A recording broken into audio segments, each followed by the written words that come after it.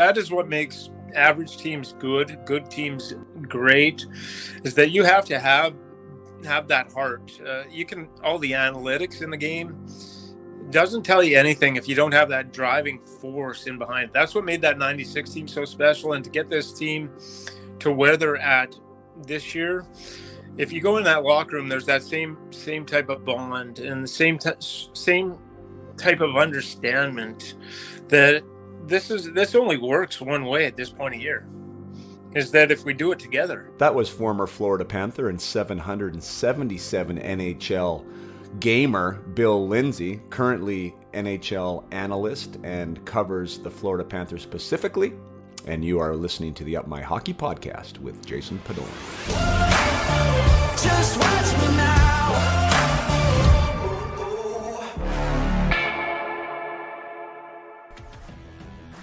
Welcome to Up My Hockey with Jason Podolak, where we deconstruct the NHL journey, discuss what it takes to make it, and have a few laughs along the way. I'm your host, Jason Podolak, a 31st overall draft pick who played 41 NHL games, but thought he was destined for 1,000. Learn from my story and those of my guests. This is a hockey podcast about reaching your potential. Hello there, and welcome back, or welcome to the Up My Hockey podcast with Jason Podolak. I am your host, Jason Podolak.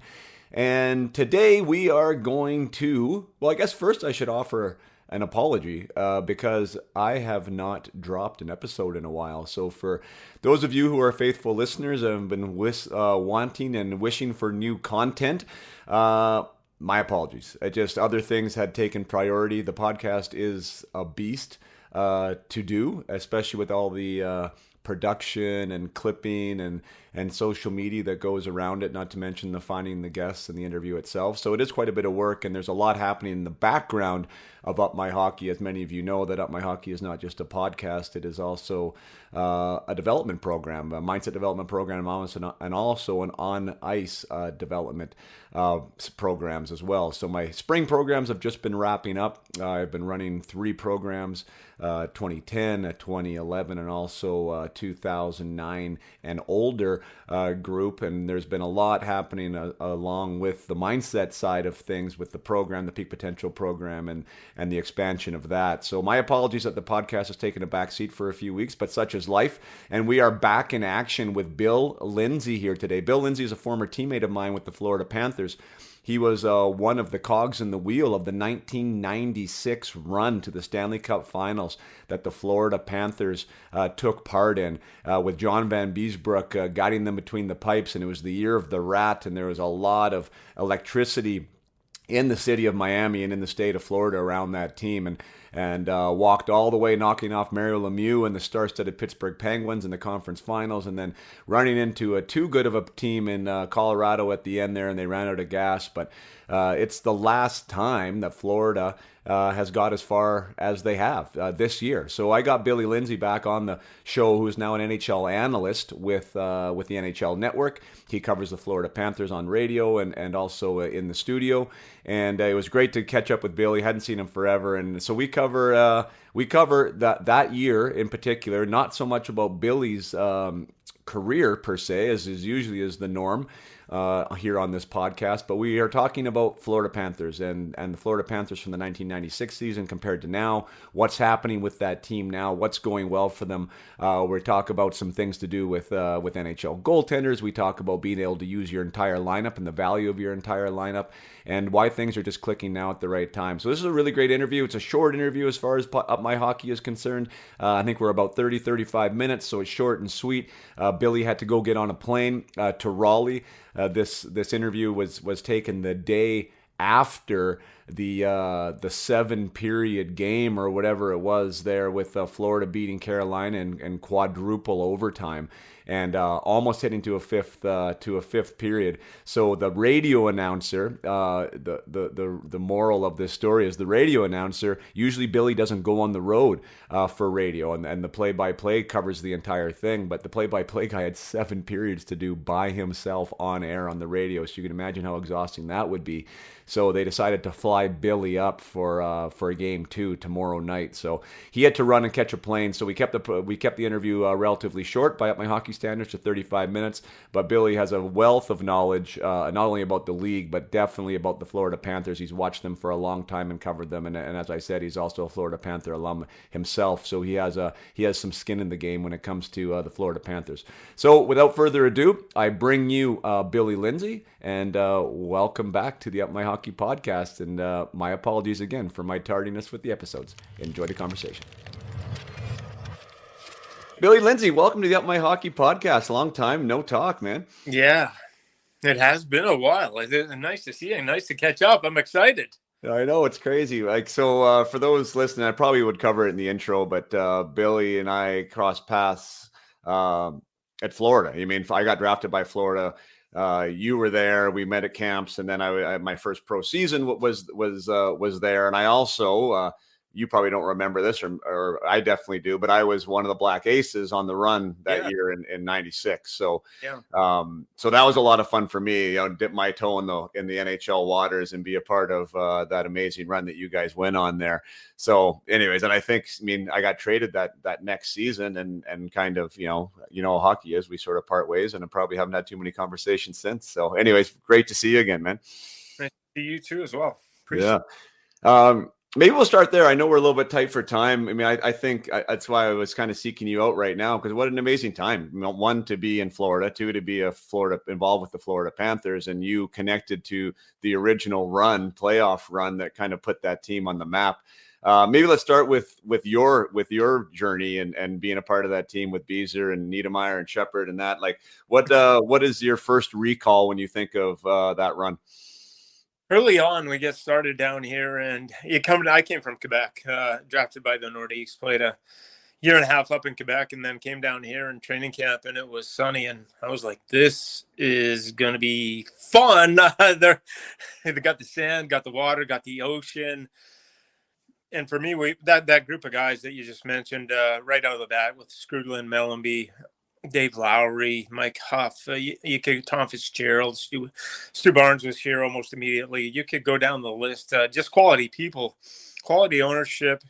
First couple of years, we missed the playoffs by a couple of points. Then we had that run in '96, go to the Stanley Cup final, and it just took off down here. It was electric. The fans, everyone wanted to be a part of it. Everyone wanted to be around the team. And to me, that's where that excitement was, and why I always kept a home base here and always wanted to come back here. I knew this was the place I wanted to retire.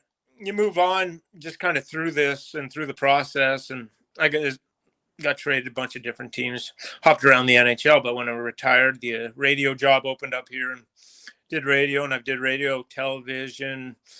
Now I just do anything they ask me to do, pretty much within their organization. Just glad to be a part of it. But what really, we went through that really good start, and we had you were down here and were able to experience that fan base and how rabid it was, that old Miami arena. We lost touch with that. We hurt the brand. There was a 20-year stretch where we maybe had 2 or 3 playoff appearances, just get smoked in the first round and just exit the door. And we had to kind of get that reputation back up. And what's happened is we've got a commitment from ownership here, Vinny Viola, that he's willing to spend the money to put the product. And that's been first and foremost. So they've been able to put money onto the ice. And you've had 4 straight years where you've been able to make the playoffs. Now you get into the playoffs, you win the President's Trophy last year. You have expectations of just not getting into the playoffs, but actually doing something when you get there. Now you have the big trade in the offseason, Huberdeau, Uyghur to Calgary, bring in Matthew Tkachuk, and it didn't look like Paul Maurice was talking about playing playoff hockey during the regular season. Well, you got to get in the playoffs. It just never looked like we were going to get there at the start of the year. Injuries. Flu bug around Christmas. We couldn't just get a healthy lineup together. And then finally down the stretch, we were able to get healthy, and we relied on Alex Lyon, an American Hockey League goaltender, to go 6-1-1 for us down the stretch. And it goes back to Chicago beating the Pittsburgh Penguins in game number 81. If Pittsburgh wins that game, we lost to Carolina the next night. Pittsburgh's in the playoffs. That's how thin so this team this year has been fighting just like that and just scrapping away with it. But what you can see now with making these playoffs 4 straight years is you can see the enthusiasm come back throughout the community. The building is starting to get full. There's a lot of chat. So we're getting back to what we had in the early 90s, which is fun for me to see because it's been a long time coming. So where we're at here, conference finals, and beating what we've had to do to go through it, to go through Boston, the historically great team. We could have been out in the 5th game. Brad Marchand had a breakaway with 2 seconds on the clock. If he scores that, Boston wins that series. Or if they score in overtime, you had game 7, you had overtime, and this team just kind of found ways to advance to the second round, get there against Toronto, a very potent Toronto team, and this team at the end of the season just kept getting better and better and better. And then game 1 against Carolina, a marathon. You go the 7 periods, guys are just gassing. Who is it again? Matthew Tkachuk did nothing the whole game. He was invisible. It was probably, if you look back on him, he had 2 shots, 2 from the outside in 6 periods of hockey. In the 7th period, he had 1 shot with 30 seconds left, and he ended up scoring top shelf to have the game-winning goal. It's been that kind of run. Everything that needed to go right has gone right. They're 5-0 in the overtime session. So it's been magical. There's no other way to describe it. It's been magical for myself and for the community. The trades worked out, and we'll see where it takes us. Now we're 3 games away from a Stanley Cup final for the 2nd time in franchise history. Yeah, that's crazy. I'm glad you mentioned that about Tkachuk, because I watched it with my son, and I was saying, like, Tkachuk's dead. Like, he looked dead. He looked like he was in quicksand. Like some guys, like Bennett, like, look, you just watch as that thing drags on. Like, who still has like some jump? Who still has some life? And you're right. I didn't notice Tkachuk at all. Then all of a sudden, bam, it's top shelf and it's game over. And that was pretty cool to see. But yeah, I want to contrast the two, because I don't want to jump directly into the team now. Like that 96 team, like what made that special in your opinion? Because I mean, you talk about fight and you talk about Klon. There was a bit of an identity to that team of a workman-like blue collar sort of group, a little more star power on the team, I think, this year, right, with the big names. But what was the thing that galvanized your group there in 96?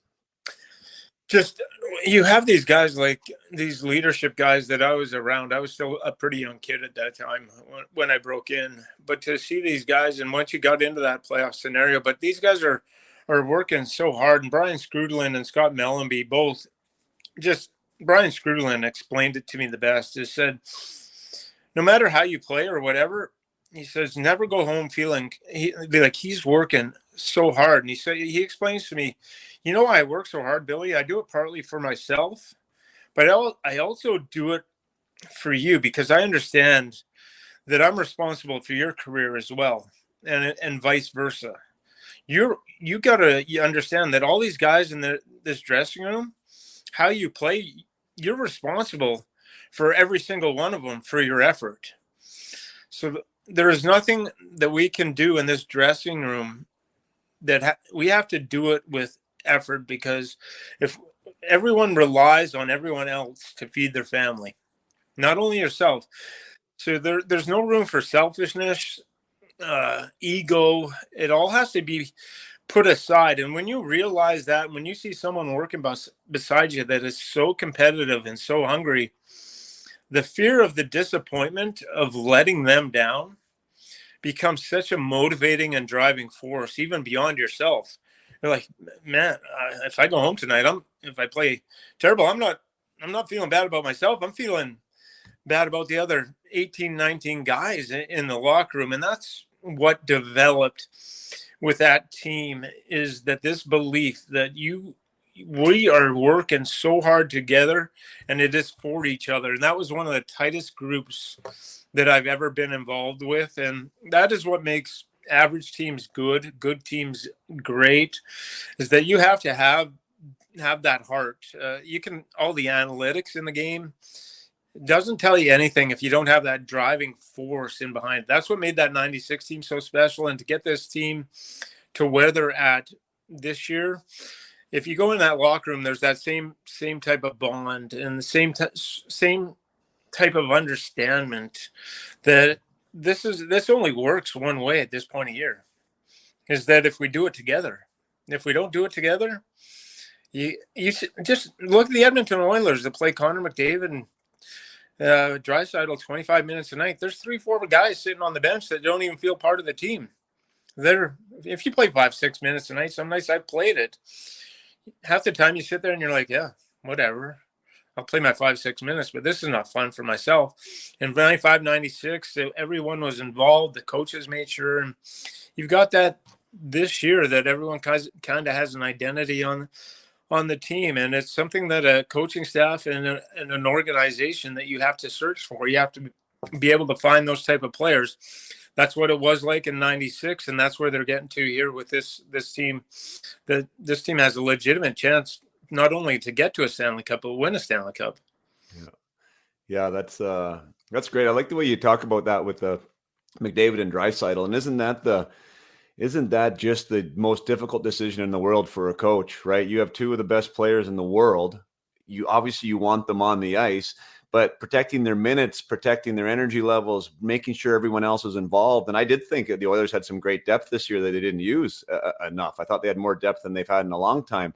But yeah, how do you balance that as a coach? Do you feel Maurice is doing a good job with that with his group there right now? Yeah, you could see it in overtime that Lomberg and Stahl, Eric Stahl, one of the three Stahls in this playoff series, but Eric Stahl and Colin White, he relies on those guys, and he put him out there in overtime. Lomberg had the goal that was disallowed, that called back, but there's a trust factor there for that fourth line that they're going to get their 8, 9, 10 minutes, and that is very critical. And I work with Bruce Boudreau at the NHL Network that's had a lot of success with the Washington Capitals, Anaheim, been a long-time coach for forever. And when he's coaching Ovechkin, he would actually, and Backstrom, he would actually go to him and point out the games that they were at 18 to 19 minutes compared to the games where they played 22 and 23. And their production was much higher when they were at the 18, 19 minute mark as compared to when they had to force and go over to the 22, 23 minute mark. So coach, you have to develop that trust and that underlying support of your team, because then they become they feel much more part of a team, but they're there for a reason. You have those guys there for a reason to do a job. Let them do their job. Bring your superstars down. They're going to be more productive. And when you got Vegas is like that, Dallas is like that, Carolina is definitely like that, and we're there too with the four. It's 4 lines now. 4 is going to be 3 any time of the week, and that's where this group is at now. And Paul Maurice he's having fun just coaching this group. He's enjoying every second of it, and that's filtering down through the locker room. But these players believe in each other and their coach. He's definitely a fiery, emotional guy. I didn't realize Maurice was that animated. Like he's involved. Maybe similar to a Doug McLean. Like Doug would get animated there on the bench too, right? From time to time, and I think that might be a little bit of the hallmark of the team, right? I mean, you have that edge, and they're kind of playing with a little bit that with that edge as well. Both groups, and the other thing that I see of a commonality is one, the resurgence of Bobrovsky. Compared to that run that Van Beesbrook had that year. I think we'd all be kidding ourselves if that the Panthers wouldn't be in the final if Beezer wasn't as great as he was there in 96. And now out of kind of resurrected from the ashes almost, it looks like Sergei Bobrovsky is back to Vezina goaltending winning Sergei Bobrovsky. Mm-hmm. You get Bobrovsky, and you're right about Van Beesbrook. We didn't have a superstar on that team, but we did in net. And because of that allowed us to do in large portion. You have to have the goaltending. Yeah. Sergei Bobrovsky has been signed a big contract, $70 million, 7 years, $10 million a year. First 3 years, mediocre, average. And in this playoffs, if you pay attention to the games, what the Panthers have done well and why Alex Lyon, an American Hockey League goaltender, could come up and have success.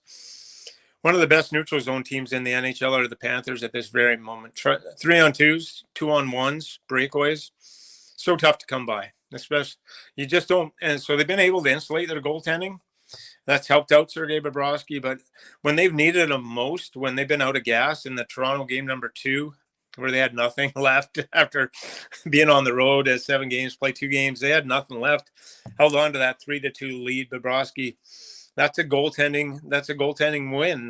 There was a goaltending win where he stopped 44-47 in game 5 against Boston. There's been certain points where this Panther team just didn't have their A game, but their goaltending did and was able to cover up for that mistakes. He's won a couple of Vezinas for a reason. He's been able to find that form. The teams have been better around him. And the insanity of playoff hockey is that if he plays well for 2 months and this team did win a Stanley Cup, those average, mediocre, below average first 3 years and 3 more years still remaining on the contract, nobody cares. No. $70 million contract's going to be the price tag. If you play 2 great months of hockey, might end up winning. Kachuk or him, if we won, would end up winning the Conn Smythe.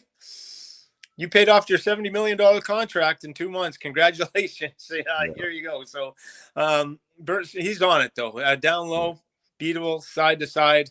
Just looks more focused than I've ever seen him before. So really excited about Sergei Bobrovsky and see where it takes him here down the road. Yeah. Both those tendies were locked in last night. Anderson just looked like nothing was going to go by him. He was making some crazy saves in tight up with his shoulders and his arms. And Bobrovsky was seeing stuff through people. Like that once glove save he made, I had no idea that he could even see it. And then he pops out and puts right in his glove. Like, I love watching goalies when they're on, and they were both really on last night. It was kind of sad to see one of them had to be a loser in that event. Just going to take a short break from the conversation with Billy to share something with you that is just happening. It's of the now. It's right now. And it was an idea that I had coming back from the Program of Excellence provincial tournament for U15 players. That would be 2009 born players in Penticton this past weekend. My son Hudson, who's a 2009 born, was identified from the regional camp of BC Hockey to attend the provincial camp. So it was I'm not even sure how many players, but there was 8 teams there. There was 4 lines of forwards and 6D and 2D. I mean, 2 goalies on each team. And it was an amazing, it was amazing for those players to be able to come together and to share some time in BC Hockey. Did what they do there. But I left that weekend and I felt like I wasn't alone, and just thinking that things could have been a bit better. I felt that there was runtime periods, for instance. There was 4 lines, like I said, of players at forward, so you don't get too much ice time in those situations. And because of the big rosters, the heavy rosters, I felt that there just wasn't. Maybe there were some players that shouldn't have been there, that it wasn't quite as high caliber as it could have been. So when I was leaving that, I was like, why don't they have another step at this? I know at the major Bantam level they do. And so it gave me the idea of bringing the top 68 kids together from the province of BC and have a tournament. It would be a first crack for WHL scouts to watch the next year's draft class. It would also be an opportunity to bring the private hockey players in. In British Columbia, there is a league called the JPHL that is branched out from Hockey Canada. So they are an unsanctioned league. And because they're an unsanctioned league, they are not able to participate in the BC hockey events. But as far as me running a private event, I could do something like that. So I was like, well, we can get the JPHL kids. We can make it more exclusive to 68 players. So that would be 4 teams of 17 players, 9 forwards, 60, 2 goalies. Have a round robin tournament, have a player banquet, have a guest speaker. Just do it the way it should be done. Full length game, stop time, 3 referees. The way hockey's meant to be played. Let these kids compete. Let these kids see what's actually out there, and provide a stage for and an experience for players and parents to just have an amazing time. So that's what's been happening. I named it the UMH 68. So Up My Hockey 68, the UMH 68, the BC Provincial Invitational. And we're going to try and see if we can get this off the ground.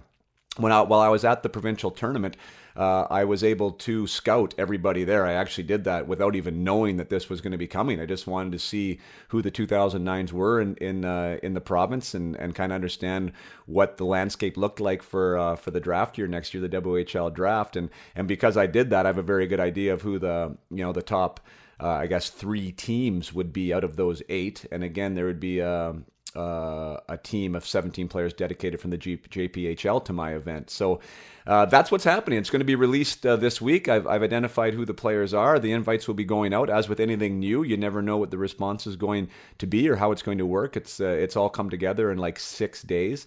But I'm super excited because the concept I know will be amazing. I know what I can put on here in Vernon. The ice was available. The venue's fantastic. I found a host hotel, banquet room set up. We can get NHL alumni, coaches. The whole thing, I think, is going to be a pretty bang-up job and give these kids an opportunity to have some fun before they put their skates away for the summer. So, and for those of you out there who are local to British Columbia, this is also something that I am planning to do continuously. So for minor Bantams, first-year Bantams, and also for second-year Pee-wees, I'm going to run it next year. So the UMH 68, the U14 age group is not really recognized. So it'll be a tournament in June that we'll get up and running. I'll have a whole hockey season to get ready for it and prepare for it, but it will be something that would be invitational. We'll try and get the top 68 players from across the HSL, HPL, and minor hockey and bring them together in a similar fashion to play some games. So by all means, if you are in either one of those age groups and local to BC and would like to know more, by all means reach out, jason@upmyhockey.com, jason@upmyhockey.com is probably the best way to do that. So super exciting, the UMH 68 BC Invitational. I think the concept is going to be a lot of fun, and I'm going to love to be the host of it and provide an experience that is needed here provincially to not only develop but also to celebrate the best players of the age group. So without that's enough on the UMH 68. Let's get back to the discussion with Bill Lindsay. 2 questions about goalies I'd like your opinion on. So one, Bobrovsky, I've heard that this guy just like sweats a ton and loses a ton of weight during the games, up to 15 pounds at times. So now here he is last night playing 6-7 periods or whatever the heck it was, supposed to come back on essentially a day and a half rest now. Do you think that the Panthers even consider putting Lyon in, or would it all depend on his recovery and his ability to get back to his normal playing weight? Yeah, they'll get him pumped up. But you could tell he was tired last night. In his post-game interview, you can see it sometimes in the players' eyes and different. But of all the players, you can see how draining it was for the goaltenders. He just looked like he had the life just sucked right out of him. Yeah. But with the ability, you can get the IV the IV drip with all the vitamins. And you can have the constant fluid get back into your system and have the recovery. They're going to go back. Both these coaches are going to go back. Even Anderson, the way that he played, he still looked relatively fresh. But at this point, it's if you go with there, you just get as hydrated as you can. Got to get him back up, right? That's the thing. Yeah. I mean, if he's exhausted and he can't get back, but this day and age, you're right, they probably should be able to get him back. At least they do have somebody that they can depend on there, and they like in Lyon. And I guess Bob got the net for a reason here in the playoffs and hasn't let it go yet. But I just thought it was interesting because it could be one of those scenarios, especially with a goalie that loses that much weight. That could be pretty taxing on his body. Yeah, interesting how they bounce back. I'm curious too, but they're going to go with him. So don't figure it out in this day and age. The other one I have, just because I've been talking about goalies for a while now. I have a goalie in my household, Billy, my middle son, pretty darn good one. But at this point in his 10 or 12 years of life, he hasn't grown a ton yet. So he's on the smaller side. And you know that of all positions in the NHL, goalies are getting bigger, and it seems like everyone else is able to be getting smaller. I'm just talking about now with Beezer, because Beezer was what, 5'8", 5'9", like he was not a big man. And in today's day and age, like he might not even have an opportunity to play in the NHL. Like, how do you feel about like the size of the goalies, and do you think that they should be obsolete now, a shorter goalie, or would Beezer still be able to play today if he was given the tools or the opportunity? Yeah, I'm not sure. It's the biggest position in the NHL as far as height goes. You look across, they're all 6'2", you consider it almost short. The smallest goaltender in the league is Ville Husso. at 5'11" in Nashville there. So it's kind of different how you look around these guys and their stature, but 6'4", 6'5" seems to be the norm. That butterfly position, cover that bottom half of the net, and extremely athletic. But there's different guys that you can point to, and that Levi in Buffalo, he's not very big. It looks like he's going to have a heck of a career. He's around that 5'10", 5'11" mark.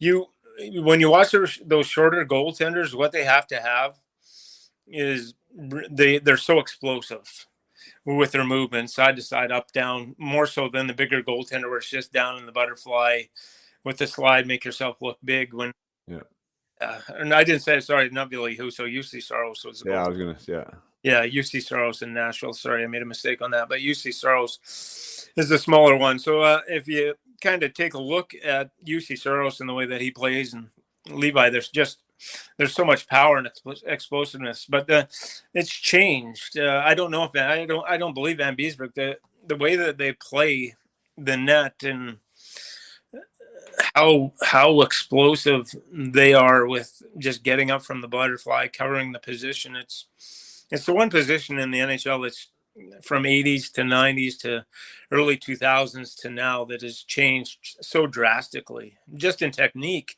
There's a million different ways now to play net. It's just kind of stop the puck, but they've lent their way to the bigger guys. But if you're a smaller guy, there's a way to train for it and find your way into the net. Yeah, stop the puck at the end of the day. I mean, that's the thing that I just like, as long as they're able, you stop the puck better than somebody else who's bigger, then so be it. I mean, just let them stop the puck. But sometimes I've even talked to some scouts where like they're actually not allowed to scout somebody who's not 6'2" or greater, which to me seems kind of crazy. But anyways, that's another topic for another day. I want to touch on the Tkachuk trade that you already mentioned. So, huge deal back in the summer. Both teams felt that they were winners. Calgary thought that they did really well in that scenario. Calgary never doesn't make the playoffs. Florida barely gets in. We talk about playoff type players, and also playoff type teams, and how there's a separation sometimes, Billy, between like a team that does well in the regular season isn't really made for playoffs, and maybe a team that's made for playoffs has a hard time in the regular season. So. Do you think there's some truth to that? Like, was this Florida team, maybe a better playoff team than it was a regular season team? And the players that they lost were more regular season type players than playoff players? I would believe that. You go back to last year, and Jonathan Huberdeau did a lot for this franchise. Same thing with Mackenzie Weegar, but it's run and gun. It was all about speed last year. Transition game, not a lot of grit, not a lot of get after you, not a lot of in-your-face hockey, that type of mentality. And what you've seen in the playoffs this year, quick teams, New Jersey Devils, Carolina's able to shut down that speed, gone. Toronto Maple Leafs, a team that likes speed, not a lot of grit, gone again. The Oilers can fly with the best of them. Historic power play, but can you shut down speed with four lines? Vegas, yes. You look at the teams that are left, it's a heavy forechecking style. It's battle defensively.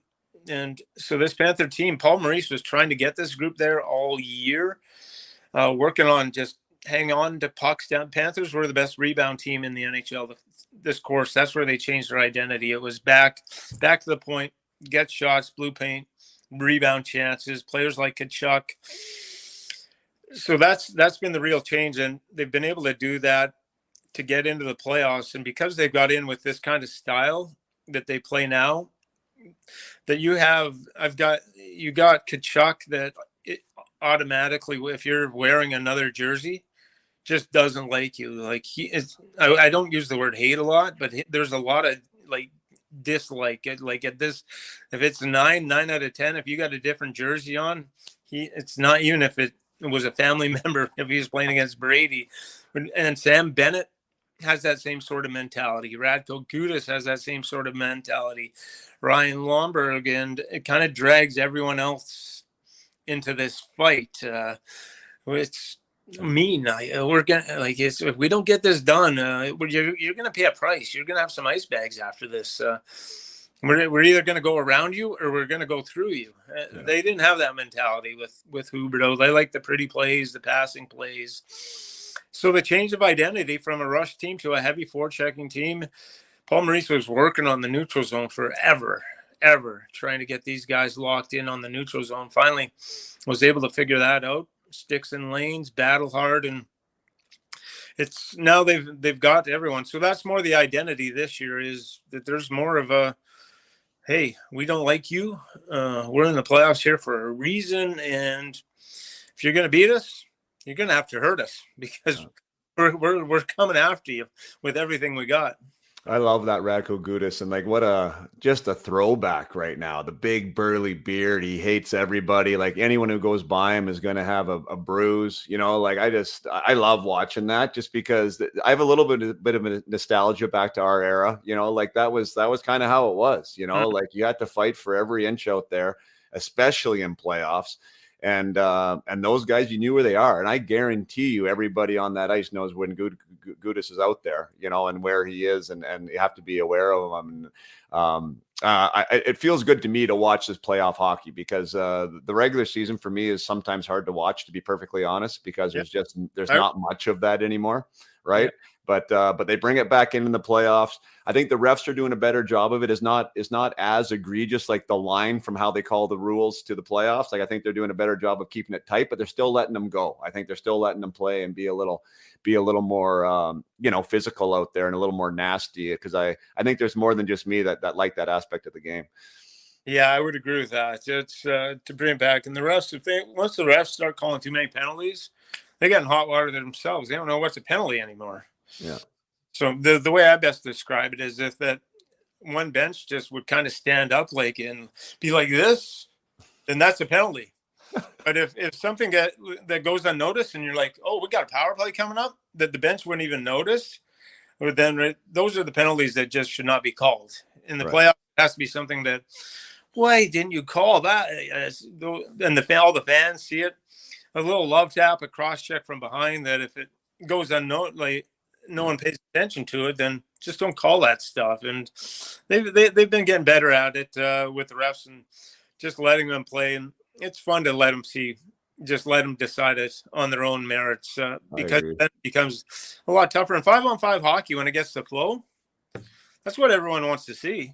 Yeah. Oh, that's fun. That game last night was great. That Verhaeghe call, I was like, oh, I was biting my tongue. I think they had to call it because it was a turnover kind of in the zone that was in. But that was like a bit gray for me. And I was like, I don't want it to end on this power play. And I was glad that they didn't. The other one, which is interesting, I usually don't cover like of the moment topics too much on this podcast, but that goaltender interference call. He wasn't like there's parts of it where I agree with why they did what they did, and they disallowed the goal. But the part for me that I would like your opinion on is like Anderson went the exact opposite direction that the contact should have pushed him. I mean, if it was technically goaltender interference, like he went right and the guy was going left. So in my opinion, I'm seeing a player not fighting for space, and I'm seeing a player that is actually trying to embellish what is happening there, and he got the benefit of the call there. Like, how do you feel about that whole thing? Yeah, it's the way the rule is written. If Anderson's entitled to that blue paint, and I'm not. It could have maybe stood with a goal. The one area that it comes into play is that even though the Colin White's coming into the crease, and it gets fronted by the player. So you have a chance not to enter the crease, the blue paint. Like he could have put the brakes on and not entered the blue paint, even though he has a guy kind of pushing on to him. So he actually, to me, enters the blue paint on his own accord. And then there's a little shove back. But once you're into that blue paint on your own merits, and you have any kind of contact with the goaltender, whether he embellishes it or not, you're probably going to end up with a goaltender interference. That's kind of how I feel about it. It wasn't as alarming as some calls that I see. I watched it and I'm just like, there's a chance this comes back. And I was feeling like there's enough there that the White entered the blue paint on his own. They made some contacts with Anderson. Maybe there is some embellishment on his part, but just as the rule book states, if you make any kind of contact and prevent him from playing his position or doing his job at all in that area, then it's going to be goaltender interference. Yeah. So once White initially enters that blue paint, that's when he's in trouble. And that's where the pushing and shoving could. So it's not it maybe could have stood as a goal, but you fight through those things. Are you okay? Radko Gudas grabbed a guy's stick. In the Toronto series on the way, a Yarncroke stick on the way to the net. It's a holding call. Nick Cousins scores in overtime. You get some your way, you get it going the other way. To me, all the fans out there that blame refs or blame officiating, it's going to happen. They're gray areas. Some are going to go your way, some aren't. It's the teams that just kind of fight through this and just continue on like the Panthers did last night. Okay, we got taken away. It might take us an extra 3 periods, but we're going to end up winning the game. To me, the referees have a tough job. Toronto has a tough job. And there are large debates that you can have all the time. But as a team, just watch the next in front of you. If it gets taken off the board, deal with the next thing that you have to go through. Isn't that crazy though? Like the fine line, you saw it as a player, and now we're watching it as, I guess fans and analysts. But you talked about it. I mean, like the Pittsburgh loss, right? Like it's this close to not even getting in there. Like the post that goes out of the net instead of in the net. The call that gets missed. I mean, I even think it just comes to mind now that Edmonton. Ekholm, right, gets that stick in the face there with 5 minutes left in the game. They're down 2, right? Should be a double minor all day long. It gets missed. And who knows what happens, right, if that gets called. It's like those little margins of error that have these significant impacts on the series. And I mean, everyone says Boston was an epic failure. You mean they were this close to winning in 5, right? Twice, and now they're gone. So it's crazy. And there is something that seems special about what Florida's doing right now. There's just the energy about them, the attitude about them, the way the breaks are going for them, the things that they're fighting through. It just seems like it might be their year. And it's kind of fun for you to be there. And for me being an old alumnus of it too, to watch them go through it. So is there any, the last question, is there any nostalgia with the rat there right now? I know the league changed the rules with it at all, but is that still a part of the environment at all? They'll pours down after the games. They don't throw them on the ice during the games, but after the games, that is one thing that's going to stick with this franchise probably forever. We got Stanley C. Panther, the major mascot, but we got a Victor E. Rat is another mascot. So we have a rat. We have a Panther mascot, and we got a rat mascot. And at the end of the game, the rats are in the hundreds that come thrown on the ice after these wins. They load them up and don't throw them during the game action like they used to. But Scott Mellenby killing that rat and that being the year of the rat is something that I'm glad that it's going to be ingrained in our culture and our franchise, like the octopus in Detroit. Right. It's always going to be something, and it's something that's here to stay forever. The rats are here. That's awesome. I didn't realize that. So I've never seen that in the coverage. They come down there. So that's awesome that it's still a part of it, and they wait so they don't get the penalty, for the team and everything else. That was epic that year we were there. It was crazy. Patrick Waugh and the visuals of him in the net, and Scott Tinkler, as you know, I know you're still buddies with him. He was a guest on here, and he chronicled that story quite well, how that whole thing kind of came to be, and the rat trick and all the rest of it. So good stuff, man. I know you got a flight to catch here after the triple overtime game. Billy's been called out to rally to help out on the radio because the voice of the play-by-play had to do 7 periods by himself, so he needs a little assistance. So Billy's out on the plane, so I'll let you go and respect that. But thanks so much, Mr. Lindsay, for being here. Great to see you again, and good luck the rest of the way. Oh, it's awesome to catch up with you, my friend. I really appreciate it, and thanks for all the stuff. And hopefully we can do this again here, maybe a little bit later with a Stanley Cup trophy. Who knows? Yes, I love it. Let's do it. Thank you so much for listening to the Up My Hockey podcast today. My interview with Bill Lindsay. We'll be sure to have Bill back on again. Really enjoyed that conversation, and a little more current, present time than most of my episodes. That was an of the moment discussion, but those are fun to mix in too.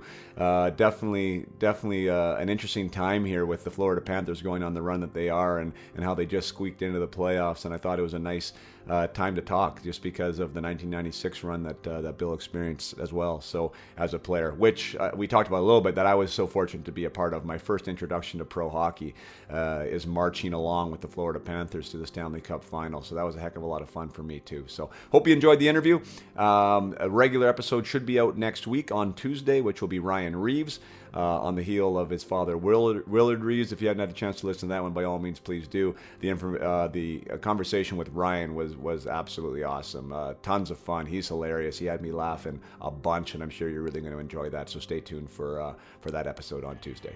Till next time, play hard and keep your head up.